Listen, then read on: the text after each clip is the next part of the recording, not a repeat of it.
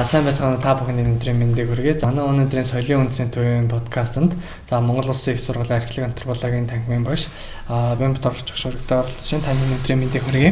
Өнөөдрийн мэндийг хүргэе. Сайхан үйлчж байна уу? Сайхан, та сайхан үйлчж байна уу? Сайхан. Бид нар тантай өнөөдөр одоо монголчуудын утгагүй болох одоо сар шинийн талаар ярилцгаар ирсэн байгаа. За энэ хүрэн дээр ингээд одоо сар шин нэргээд монголчууд хэдийн үеэс тэмдэглэж ирсэн.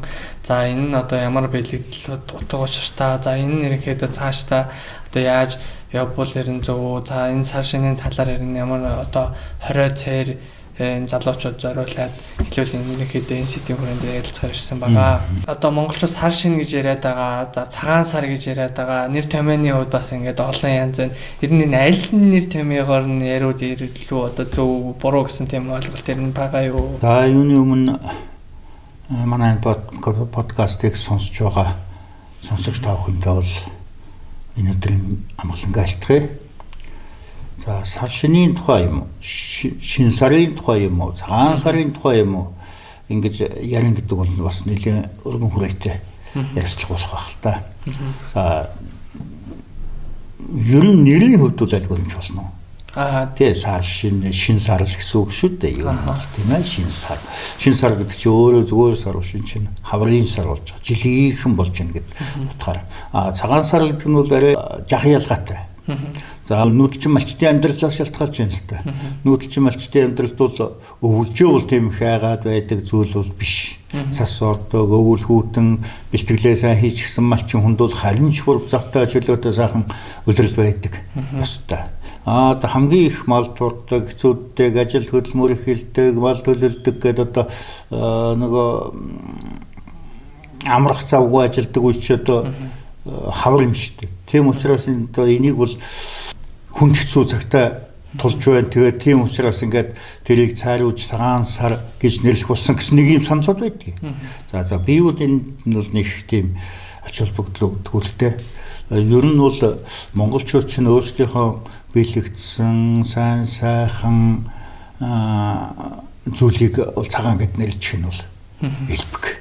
Цагаан өнгөөр бэлэгдчихдэг. Тийм учраас энэ хаврын сарыг амтан болгон ургаж төлждөг, сэргэж сэгдэг энэ үйлдэлд одоо шинэ бэлэгдлийн утга өгөөд энэ бол цагаан сар эхэлж байгаа маа гэсэн утгаар байж бас болно шүү дээ. Тийм ээ. Заавал тэр муухай юмыг цагаан болголоо гэсэн нээс энийг бол одоо бид нар бол нэг тийм нарийн баримтаар одоо баталж чадахгүй. Энийг хийж чадахгүй байна. Ерөнхийдөө монголчуудын өөрийнх нь сэтгэлгээний онцлог бол эндээс гараад ирж байгаа юм л да. Айлж утгаар нь байсан.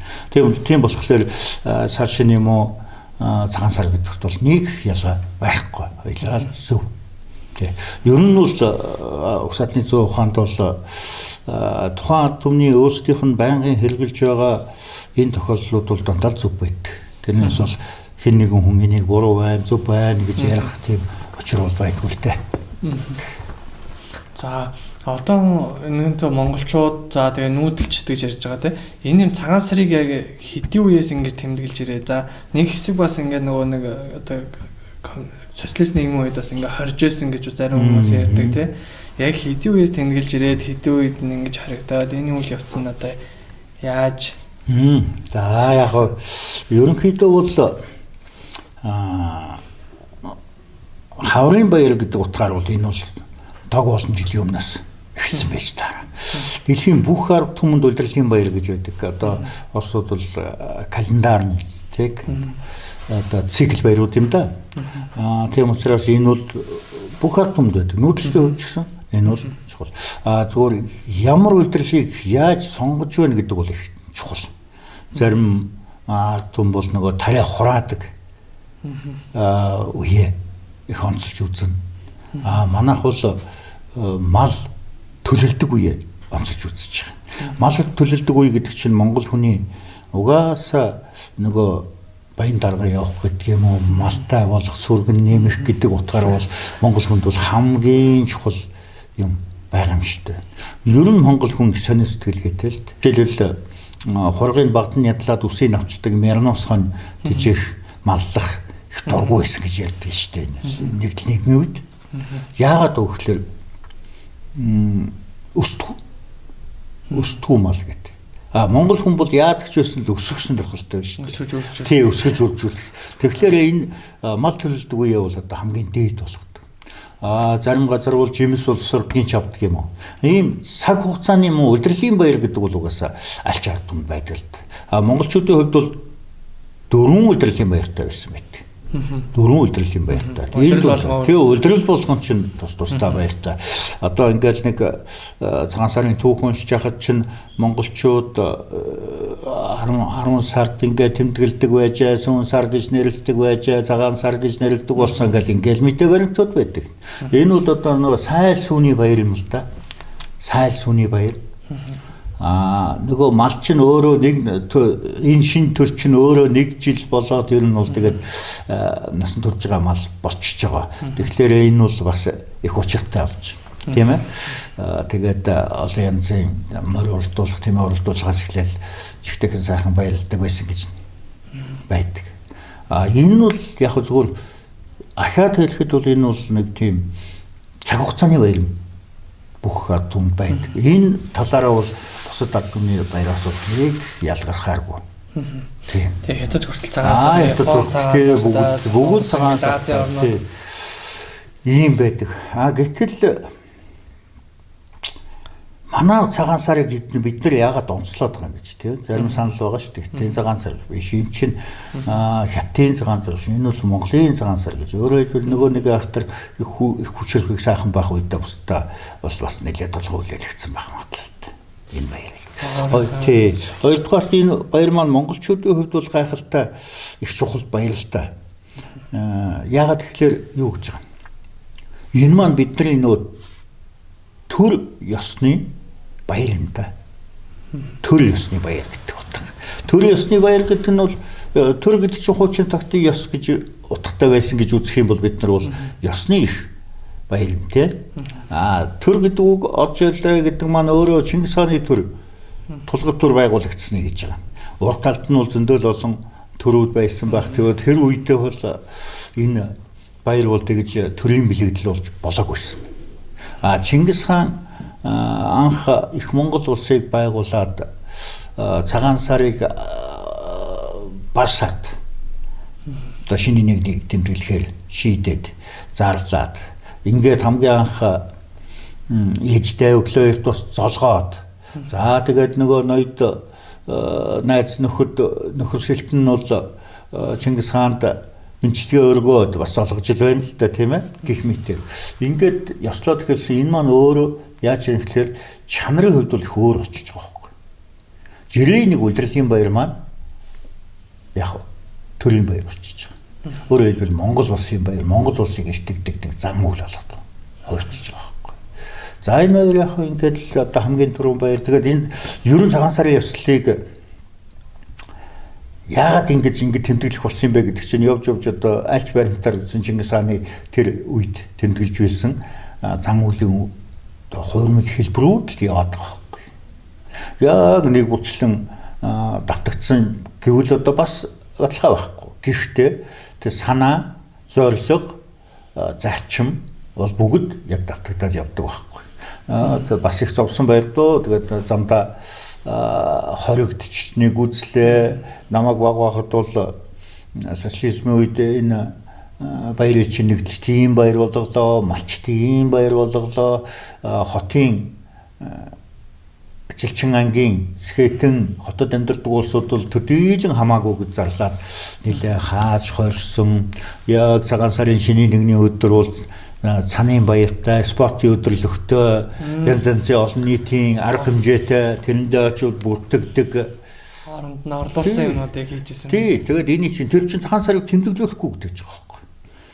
Тэгээд би мэдэндээ одоо манай ээж аав гэхэд чинь өглөө бид нарыг маш их тусч үнгээ харанхуугаар манай эмээ өвгийн давж тавиад өөртөө нөгөө юундаа явдаг.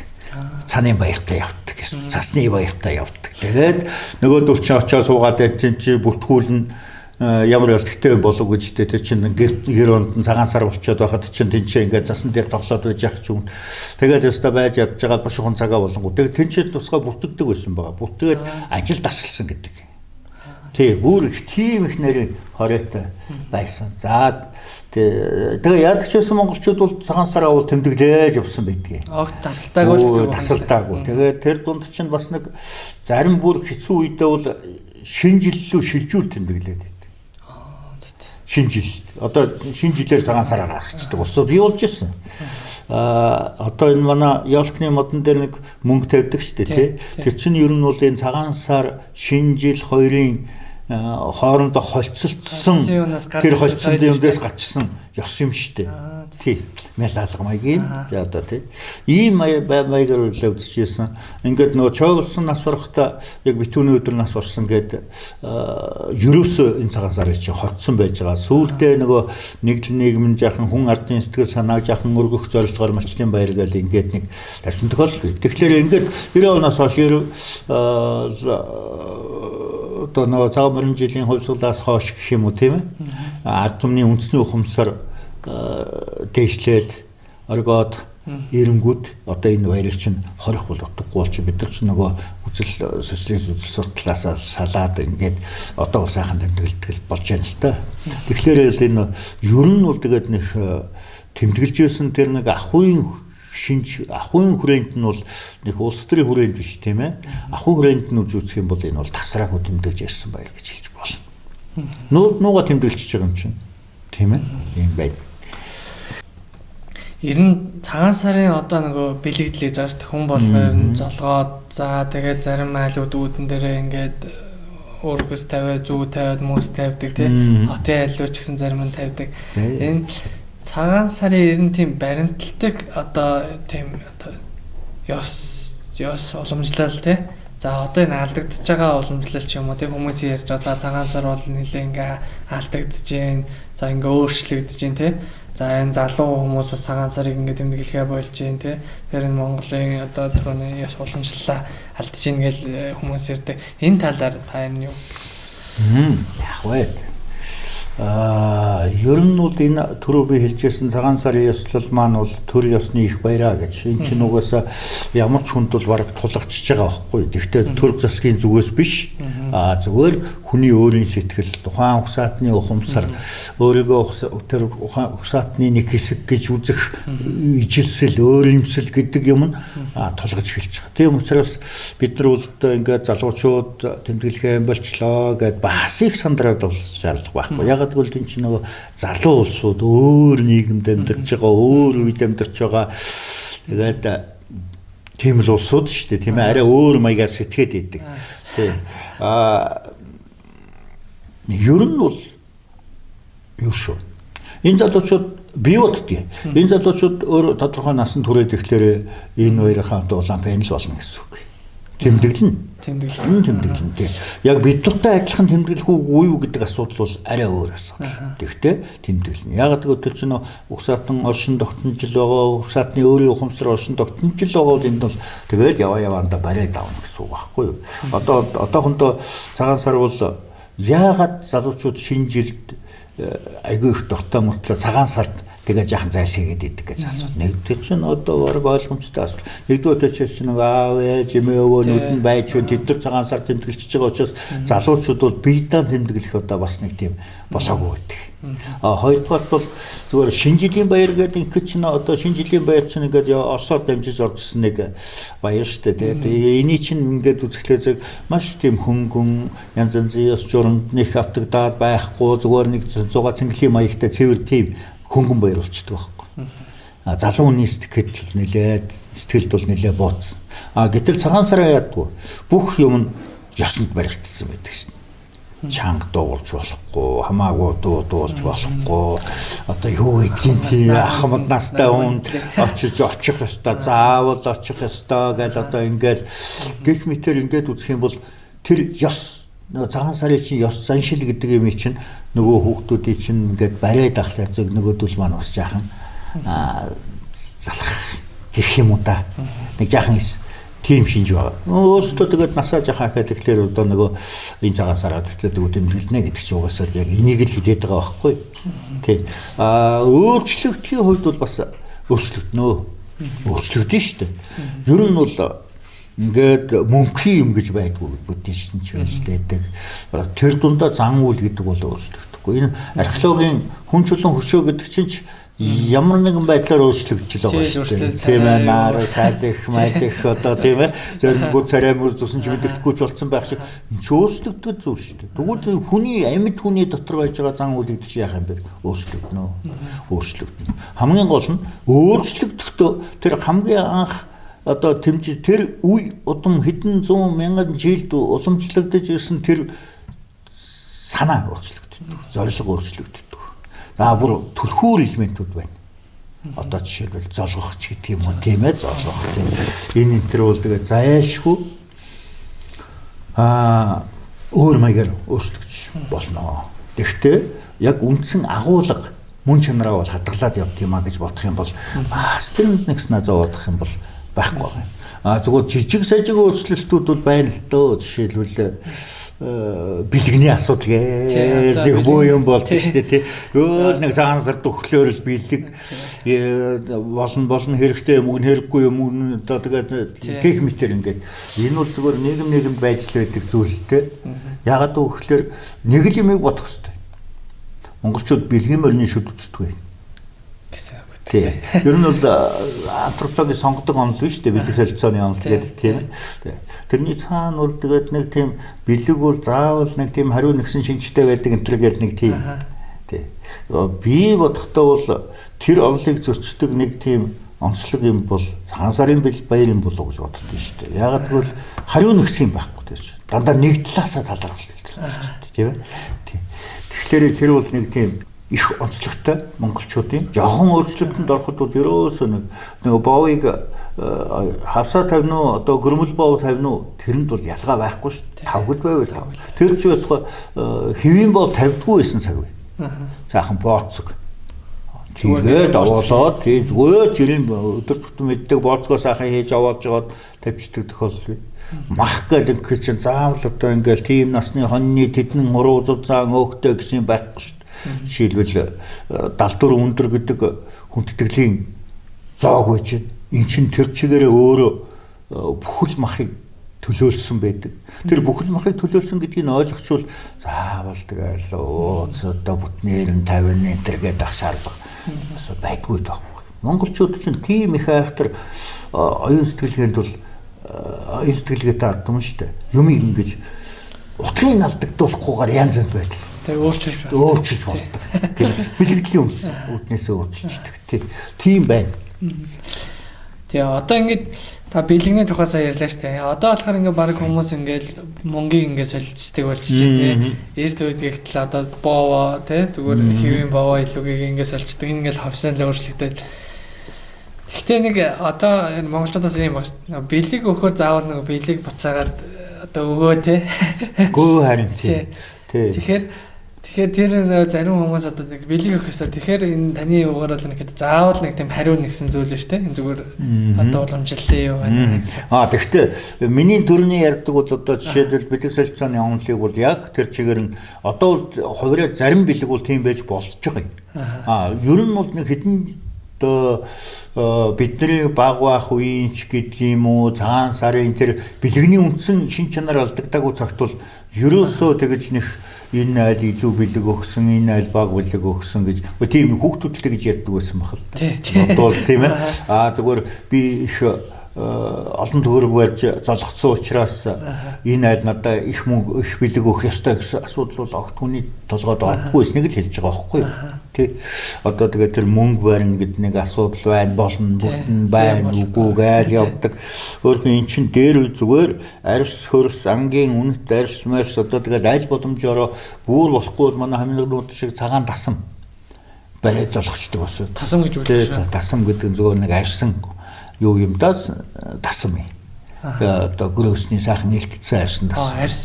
Тэр чинь тэгэл тэр чинь үндсэндээ бол тэгээ сүүлдээ тэр маань бол одоо ингээд нөгөө хадаг болоод ингээд одоо болсон. Хадаг чинь социализмын үед бол нүдний юм болчихсон. За тэр үеэс эхлүүлээд нөгөө хоосон гатаа золохгүй гэдэг тэр цагаанд арьс ус тасам хадагныхаа оронд мөнгө болгоод Ингэж л орж илж байгаа юм л. Тэгээд тийм учраас энийг бид нар мөнгө байна гэж бодвол тэнцээ чинь нэлээд шунлын асуудал гарна, гар хоосон золохгүй гэвэл шал өөр утга гарна. Тэгэхээр цагаан сар тэмдэглэж байгаа улсууд маань ер нь яаж бодож байгаа гэдгээс л их шалтгаалж байгаа. Сэтгэлийн бэлэгдлээсээ шалтгаалаад байгаа. Тийм. Хэрвээ бид нар бэлэгдэлчээр цагаан сар аваад явах юм бол одоо энэ Монгол улс хэдий хүртэл орчих юм аа тэр хүртэл цагаан сар маань байж л байгаа. Тийм ээ. Одоо жишээлбэл би нэг хэлмээр санагдаад байдгийг Топоо хин ихийг тавих уу гэдэг асуулт. Тийм нөгөө зарим амьдарч өөр юм өндөр өөрөө харагдахгүй тэгээ араас нь жижигхөө өгөө ингэж хараад суугаад байдаг. Тэр энэ бол одоо бас л ер нь бол тэр хамгийн дээд нь 9 үе шүү дээ. Боо 9 үе л байдаг. 9 үе гэдэг чинь бол үндсэндээ төрийн эдэн юм баггүй. Төрийн эдэн төрийн эдэн хааны эдэд байдаг зүйл юм байна. Тэгэхдээ эн чинь тэгэл тэгэхээр жирийн нэг хүмүүс нэг удам төрлийн ахлах, удам төрлийн настан тэр хүн бол нэг 7 үе тавиад л. Тэгээд доошлоо. Тий. Авраад удмын хамгийн өндөр настай 7 үе тэр нэг тухайн удам мургийн штэ бүр. Тийм хамгийн хүндгэл зөх тэр хүн бол нэг 7 үе. Тэгэхээр эн чинь бол тайл одоо айхтар ингээл өрсөлдөөл байх болохгүй юм болж. Тэгээ мах төрөө ус адилхан штэ тийм ээ. Тэгээ ер нь бол энэ цаад бэлэгдлийн утгаар нь бодсон бол энэ чи тэр чигээр бэлэгдлэгээл ойлгочих. Цагаан сарыг. Ингээд бараг л үйл хөдлөл болгон бэлэгдэл байж байгаа тохиолдолд бид нар яг бэлэгдлээр л амьдрах хэрэгтэй байна. Энийг бодит ахуйтай юм хольж болохгүй. Тий. Бодит ахуй утга тэндээс гаргаж ирэх гэвэл тэр чинь бэлэгдэл нь л болчихдог байна. Бид нар яхад айлд ороод айлын тавхта боо нэг сайхан санагдал тэрнээс нь хуглаад сайн тэгээд иддэггүй юм гэдэг асуудал байна. Тий. Гадаад ёс мэдхгүй гадаад мататын улсууд нэг тийм ганц нэг удаа тэгсэн гэдэг сураг байдаг шүү дээ. Тий. Тэгэхээр яг удаа ёс мэдхгүй амт ингээд монголчууд чинь. Тэгтэл ер нь тавхта боо хуулж өгөхгүй дээ. Өөр илүү дутуу боо байл магадгүй. Ер нь бол тийм. Тэгэхээр эн чинь цаадалтай байж. Гэтэл хажуу талд нэг махшана тавьчихдаг тий. Битүүлэг гэж яриа. Битүүлэг. Битүүний өдрийн зоог. Битүүний өдрийн зоогийг гэдчихэд ингээд байж хахад тэр чинь барьж аваад мүлччихдэг болсон байхгүй. Байж л үү. Тэгээд ямар сайн та өчнөө олон хоног ингээд халуун гэрт байлгаж байгаа муудуулаад гэдэг халуун гэрт байлгадгүй л дээ монголчууд чинь гаргаад тавина. Аль болохоор л дэлж олон хонуулахын тулд тийм ээ. За тэгээд ингээд гэтэл энэний цаад мөн чанарын бодглохлоор одоо тэр цагаан эдэгээр тавьсан бот цагаан эдэнтэй тав гэдэг чинь бол үндсэндээ бол тэнгэрийн бурхтын дахил юм гэж бод. Тэрнээс идэж байгаа хүмүүс бол бүгдээрээ нөгөө бурхтын хишгээс тэр айлд хураасан буян гişиг одоо тэр бурхтын ивэл одоо юу тэр тахлаас ингээд нэг бид нар ч ямар нэг зан үйл орхлоор нэг жоохон махны овоо тахлахын дээр нэг жоохон мах өгөөд ингээд хов болгоод өгдөг шүү дээ. Яг тэрнтэй адилхан тэгэж амсч олон аль болохоор олон хүнд хүргэдэг амсах хэдэ байхгүй. Тийм учраас бид нар ч айлын тавглуу бас тэгэж нэг удаа авно, хоёр удаа авно, гурван удаа хаваад байдгүй шүү дээ, тий. Гэх мэт. Тэгвэл тэр шүүс битүүлэг шүүс байна. Тэр чүү нөгөө онгод тэнгэрийн тахлах. Нөгөө монголчуудын хуучин одоо өөрсдөө мэдэхгүй байгаад тэгсэн мөтлөө нөгөө ивэнд итгэж үүдэг тэнгэр шиг тахлах болж байгаа. Онгодын тахлах. Тэр махан тахлахтай. Тэндээс яг мөн адилхан. Тэрийг барьж аваад идчих юм бол хүндэтэн, тий.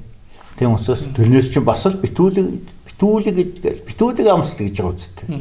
Амс гэдэг чинь идэх хоёр бас жоохон өөр л тоо. Битүүлэг амсна гэдэг чинь нөгөө онгодын хишгээс бас жоохон үүтэй.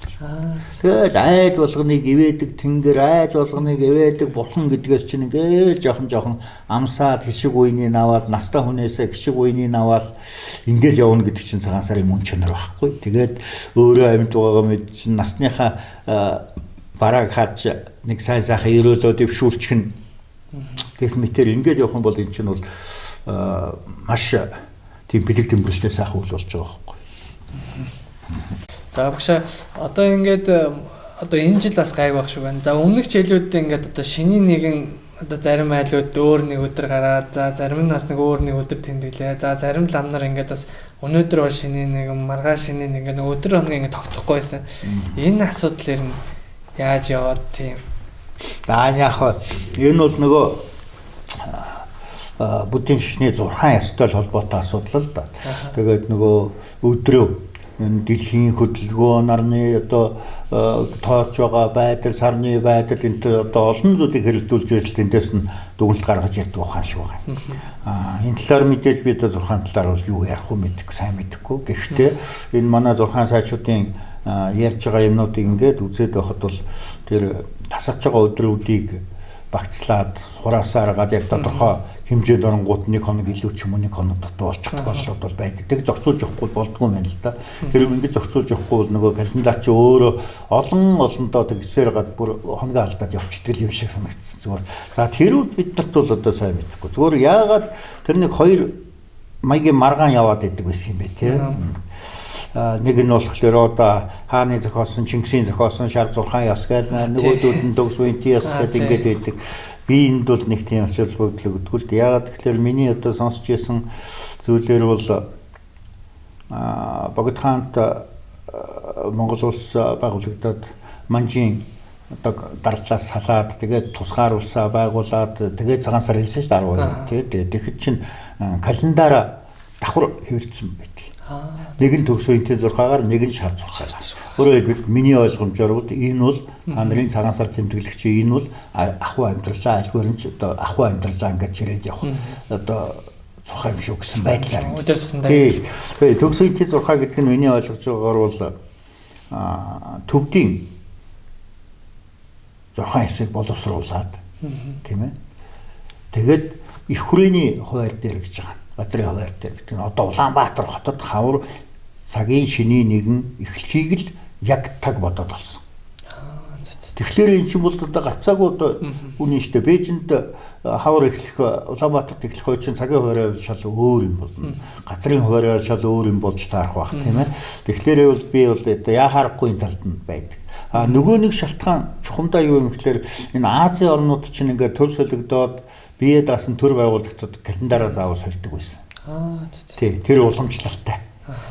Хуан Лилитээ солино. Тэгэхээр Богд хаан бол үндсэндээ бол манжаас салж тусгаар Монгол улсыг дахин байгуулсан гэдэг утгаар нь Төгс Винти 6 одоо сайчуудаа даалгавар өгч байгаад энэ одоо бидний баримтлаад байгаа энэ 6-ыг бол одоо гаргаж ирсэн байдаг. Энд бол ерөөсөө гол утга нь хавар хизээ эхлэх гэдэг нь нэгдүгээр чухал юм, хоёрдугаар бол ерөөсөө бид нар та нараас өөр улсууд шүү гэж албаар календараа зөрүүлж явах асуудал. Энэ ч бол тусгаар тогтнолын асуудал болж байгаа. Тэгэхээр энэ бол одоо нөгөө бас цагаан сарын маань төр ёсны баяр гэдэг чинь цагаан сар гэдэг бол зүгээр нэг календарны баяр биш. Энэ бол тусгаар тогтнолын баяр юм шүү гэдэг л. Бас илтгэл чухал та. Тий, чухал.